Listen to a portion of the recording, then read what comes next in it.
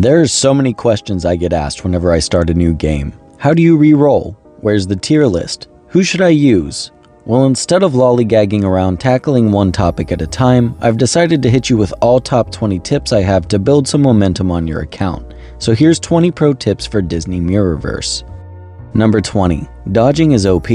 Literally, you can beat AI with over twice the recommended power just by abusing the dodge.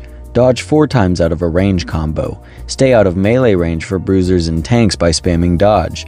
And just in general, go Ultra Instinct mode to do stages way harder than you're supposed to. You can dodge out of combos and dodge to reset attack animations. You can chain dodge enemy auto attacks, and it's entirely possible to beat the game without ever even getting hit. Spam the dodge. Number 19. Check your milestones. There are a ton of rewards under this tab that can be easily overlooked. You only need to raise a Guardian to level 10 and rank 2 for a portrait and 15 orbs. 10 more levels and 1 more rank will even get you some border icons and crystals to summon. I'm not gonna lie, when I first noticed how many icons and symbols I unlocked, it was fun to swipe through and play with combinations. The real bread and butter of the milestones reward is the crystals though. You can really boost your summoning game whenever you get time to start working on milestones. Number 18. Practice Team Synergy. Team Synergy affects a Guardian's usefulness more than anything else in the game. I'd like to start by looking at an example. Let's look at Maui. Seems pretty basic at a glance, but if we throw this talent into the mix, that gives you an attack buff whenever you get a defense buff. Now we're looking at a heavily defense-focused bruiser instead of a full tank. Not that big of a change, but now let's take Maui's abilities here and set them side by side with Mike Wazowski's. Oh yeah. It's all coming together. This is just one example out of endless practical combinations. Remember, this is just the power and synergy between 2 characters and doesn't even represent the full power of a team of 3.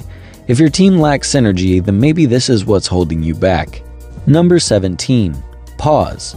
At any time during battle, you can pause a fight to gather your thoughts. There will be times that chaos ensues on the battlefield and you're left with 100 things happening on screen with your HP decreasing rapidly. Pause. Take a breather. Let's see what we can do here to get out of a sticky situation, and then after we've formed a plan, unpause. There's no current multiplayer content, but it goes without saying that whenever it comes out, the pause function may not be usable there, so take advantage of using it to gather your stars in the current single-player modes. Number 16. Avoid chat scams. I really wish I didn't have to say this. Since every year a new wave of kids starts using the internet, I feel like I have to. Especially since I was the 9-year-old kid that thought I could download gold for RuneScape. Those links in the chat are a scam. Sometimes it's blatantly obvious that it's a scam, but scammers are also getting smarter. Don't ever give away your email or password, and be wary of people endorsing websites in chat. Number 15. It gets harder. In the beginning of the game, it's gonna seem like everyone is OP. You'll be level 20 with 600 power, tearing through the first few chapters on normal mode. Now, while I'll admit every Guardian is valuable in their own right, they are not all created equal. If you've been given a 4-star Maui, but you just can't get past wanting to use a 2-star Donald Duck, then you're not going anywhere fast. I highly recommend enjoying the game at your own pace, but it's a 21 pro tips video, so. Number 14. Level up your talents. Obviously. But as your character grows, you may notice that their uses aren't exactly what you thought they were. Talents are something unique to all characters, but when the talents level up, the actual multipliers within the effect increase too. So you'll see something like, wow, this talent only gives a 10% defense boost, but as you level it up, it goes to 15%, and then 20% and so on. You'll also need to level up talents for milestones, so if you want those free crystals, then that's a simple way to do it. Number 13. Re-roll for a 5-star. Now this one may not appeal to everyone, but the fact of the matter is the beginning of the game gives you a decent amount of crystals, and if you want to save yourself months of farming for a 5-star, then you may as well take advantage of a reroll. If you're using a decent setup with multiple devices, it's not even that hard to do. It's not a requirement though, and if your only device is your personal cell phone, it's probably more hassle than it's worth. But it's definitely a strategy pro players use, and for good reason. Starting the fight with a 5-star of your choice is really the most ideal way to start your gameplay. Number 12. Manual fight. Yes, the game has an auto mode and it's very useful for mindlessly spamming through stages, but the autoplay is not nearly as capable as manual inputs. You can dodge out of combos, shoot faster with ranged, give your tank a break, or anything you want your character to do, you can make them do it better than the AI. Here's a stage I was stuck on. Now here's a side-by-side comparison of the auto feature versus me manualing it. A lot of stages just require 3-starring one time, then you can skip them anyways, and most stages are one-off, so you'll never touch them again. So leave the auto alone and save yourself some time in the long run. Number 11. Take a bonus guardian to dungeons. So in the dungeon, there's always going to be a guardian that if brought to the dungeon will double your points. Always drop at least one into your team. Doubling the points you get from artifacts outweighs being able to stomach more fights throughout the dungeon.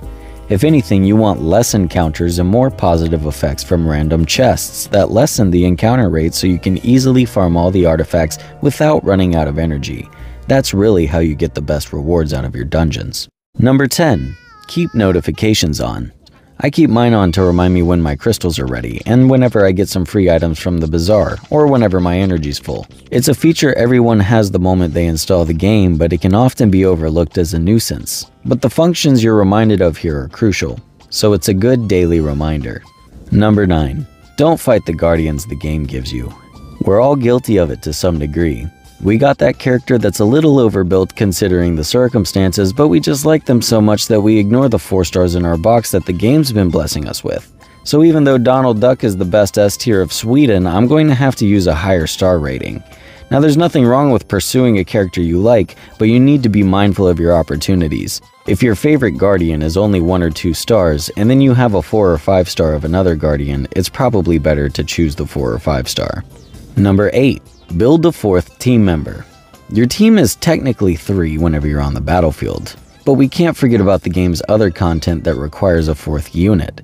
Usually people choose a tank, a support, and a damage dealer of either ranged or melee attacks. Though there are stages that require specific classes, you should have both a melee and a ranged attacker. Plus your experience motes would just be rotting away in your inventory anyways, so you may as well put them to good use and test out a character. Number 7. Upgrade talents for free crystals. Now this kind of ties in with the milestones thing, but I'm not sure if it was abundantly clear that every character you get to level 20 gives you a free crystal. Now early game this is not a viable strategy, but after your main 4 guys are past the need for early game motes, then you're going to have plenty to share amongst your entire box of characters. I won't forget the day I found this and I had already stockpiled mad amounts of motes, so I was basically sitting on a few dozen crystals that I didn't even know I had. Number 6. Check for knockdown. No 2 attacks are created equal. Mr. Incredible can knock down foes with a heavy attack. This is a luxury not everyone gets. You won't be knocking down anyone with Eve's attacks or skills, so if you got an ability or an attack that knocks enemies down, then it can be strategically used to prevent enemies from using dangerous attacks, and a good knockdown is always a great combo multiplier. Number 5. Be proud of your 5-star.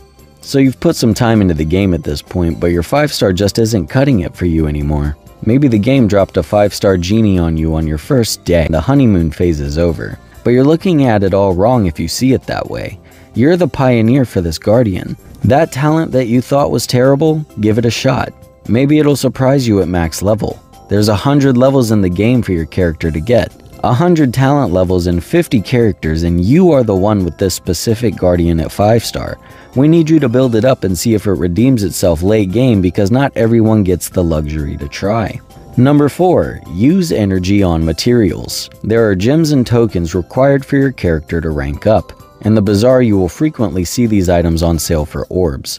This is not how you should be obtaining your materials.